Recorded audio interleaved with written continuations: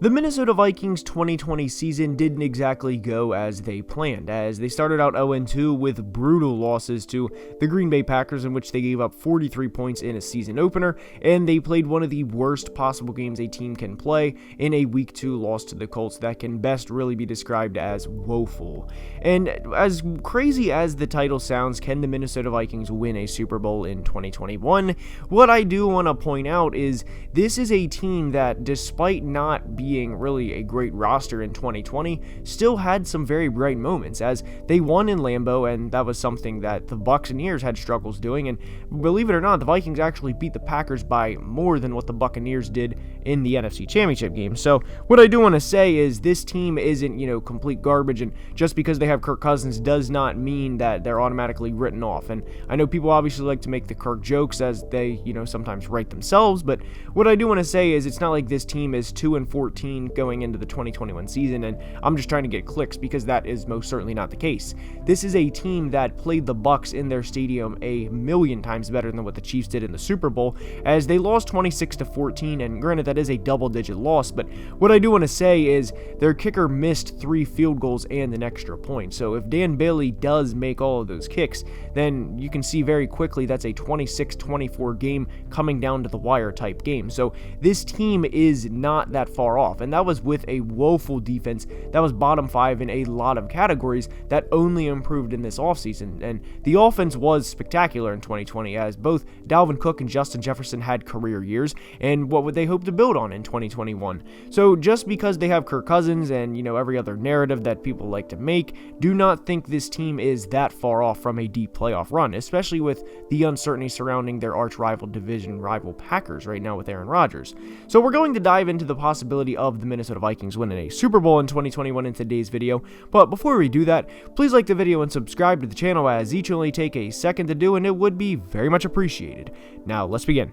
So when we discuss the Vikings possibly winning a Super Bowl, granted that sounds like a very lofty expectation heading into the season, but what I do want to say is we made a video on the Bills, and I did enjoy discussing that, and this could very well be a new kind of series for teams. But when you look at the Vikings schedule, they start out at Cincy and then at Arizona, then have 3 straight home games against the Seahawks, Browns, and Lions, and then go to Carolina and have a Week 7 bye. So what I do want to say is it is not entirely out of the realm of possibilities for them to start out 6-0 heading into the bye. Now, do I think that's going to be easy? Absolutely not, as at Arizona, Seattle, and Cleveland are all 3 going to be tough games. And will they start out 6-0? I'm not saying they will. I will go ahead and say probably not, as they will probably lose at least one of those 3 games between Arizona, Seattle, and Cleveland. But what I do want to say is they are winnable, and obviously they are winnable for the other teams as well. Now, I do think they will beat the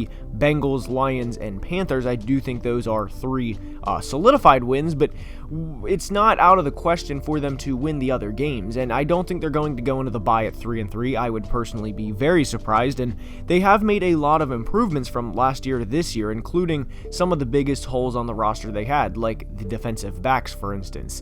They had DBs last year that were very young and inexperienced, and when they were playing up against receivers like Devontae Adams, Allen Robinson, then Kenny Golladay for the Lions, it showed pretty quickly, and of course it didn't really help playing against Aaron Rodgers in an MVP year either. But what can be looked at as a positive for this year is they're only going to get better playing that good of competition, and competition, and especially at that high of a level, makes you better of a player, because Aaron, and anyone else for that matter, is not going to say, you know what, Jeff Gladney and Cameron Dantzler, you guys are rookies in 2020, Devontae, just take it easy on them for this route, let those guys get a little tread under their feet so they can get a little momentum. It doesn't exactly work like that, and it obviously didn't, as Aaron absolutely shredded the Vikings defense in Week 1, and it showed as they put up 43 points, and by the way, that game was a scoregami for anyone wondering. 43-34 was the first time that score ever happened. But what we are discussing is the Vikings' possibility of going to the Super Bowl, and Aaron actually matters a lot in that discussion, because what he does this year, and if he plays for the Packers, will significantly impact not only the Vikings, but it will impact other teams in the NFC, like the Bucs, the Rams, and really the NFC West for that matter. The Packers have went to back-to-back NFC championship games, and they are a premier team in the NFC. Obviously, having number 12 on their team helps, and not to say Jordan Love is a bad player or will be a bad player, but Jordan Love at this point in time does not strike fear in teams the way Aaron Rodgers does, period. So, obviously, the Packers are not the only other team in the Vikings division, and what I do want to say about the Bears and Lions real quick is I don't think the Lions are going to be that competitive this year. Now, I do like Dan Campbell and think he is going to be a good coach for the Lions, but, Dan Campbell is not going to turn the quality of players that are on the Lions roster currently into first-team All-Pros overnight, and so for that reason, I don't think the Lions are going to be that good this year, and I would quite honestly be surprised if they have 8 wins, meaning I think they will go less than 500. Now, Chicago, I do think they have a great defense, but I don't think the offense is there, and obviously they selected a rookie quarterback, so I do think Justin will be a good player in the long run. I just don't think he's going to be that big of a difference maker in year one, considering he will have to beat out Andy Dalton, and by the way, Andy Dalton is not miserable. He was a good quarterback for the Bengals and took them to multiple playoff appearances, so don't think Andy Dalton is just this memeable quarterback like Mark Sanchez or anything like that. So what I do want to say about the Vikings is this. I do think they are in a good position to win the division. Now, I am not straight up saying, June 9th, Football Analysis has crowned the Vikings division champs, just book it and end of discussion. That's not exactly what I'm saying at all, but what I am saying is, knowing Aaron Rodgers and his personality and how he holds grudges, I think it's fair to say he will not play for the Packers again. So I would take the Vikings over the Jordan Love-led Packers at this point in time and everyone else in that division. And what I do think will favor the Vikings in a weird way, and hear me out when I say this, is if they play an NFC West team in the wild card round, because truth be told, I really don't see any way the Vikings being a number 1 seed and getting the only first round bye in the NFC. I don't see that happening, so back to this NFC West hosting a team like that in the wildcard round. So the NFC West, as we know, is going to probably be the best division in football. And the way that favors the Vikings is these teams will play each other in week 18. Now, it definitely takes some adjustment to say week 18 instead of week 17, admittedly, but they're going to play each other week 18 and what will probably be for a playoff spot. Do I think all 4 NFC West teams will make the playoffs, having 1 division champion and 3 wildcard spots from that division? No, I don't think that, but I definitely think all 4 teams somehow, someway will have playoff implications in week 18. So what that means is if there are playoff implications in both teams, not just one, then you might as well just go ahead and say that's a playoff game. So the Vikings will be playing the Bears week 18, and they could have playoff implications. They could also have a rookie quarterback and have a veteran quarterback who is not exactly great anymore. I mean, Andy Dalton wasn't great. He was good in the early 2010s, not great, but the point is the Bears may not be playing for a playoff spot. While I do think all 4 NFC West teams, of course barring injury, will have some sort of playoff implication, whether it's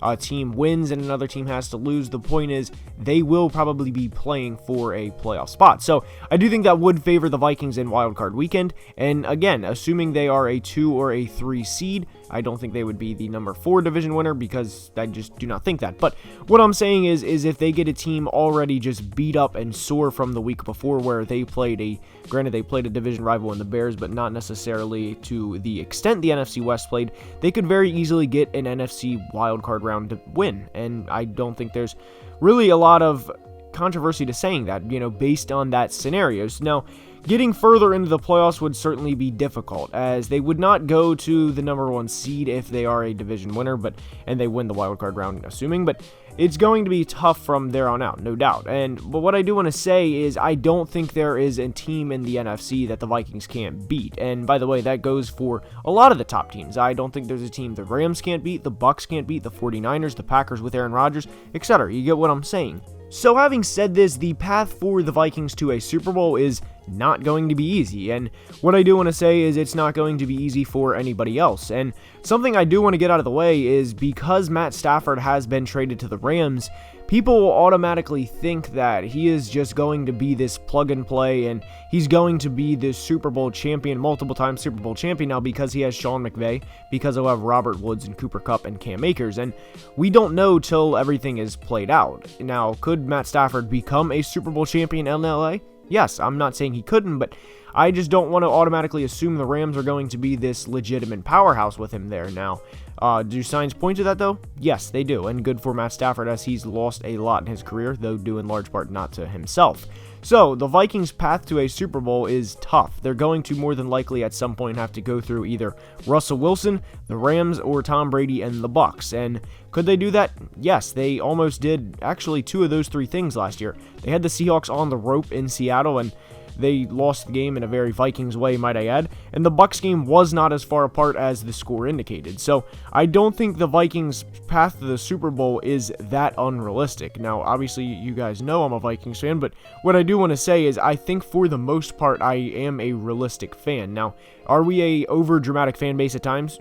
Yes, absolutely. And am I a part of that? Yes, certainly at times, as I legitimately thought after the Colts game last year, after the 0-2 start, I thought we were going to go, 1-15 or 2-14 and legitimately have a chance at Trevor Lawrence. And obviously things changed over the course of the year. But what I do want to say is with Danielle Hunter coming back and having a legitimate pass rush and having a number 1 corner in Patrick Peterson, the deep playoff run for this team is certainly not out of the question the way it once looked, 6 months ago. When the Vikings season was going on last year, it was treacherous at times. There's no doubt about that. But heading into 2021 with Aaron Rodgers' future in doubt, to say the least, in Green Bay, the future for the Minnesota Vikings in the next 6 months especially looks extremely bright, and I definitely cannot wait to see how it plays out. Now, with that being said, that's all I have for today's video. I hope you enjoyed. If you did, please leave a like and subscribe to the channel. It means the world, and we are so close to 24,000. So again, thank you guys for the support. If you're still watching 11 and a half minutes in, and have a great rest of your day. And until next time, love you guys. Deuces. Peace.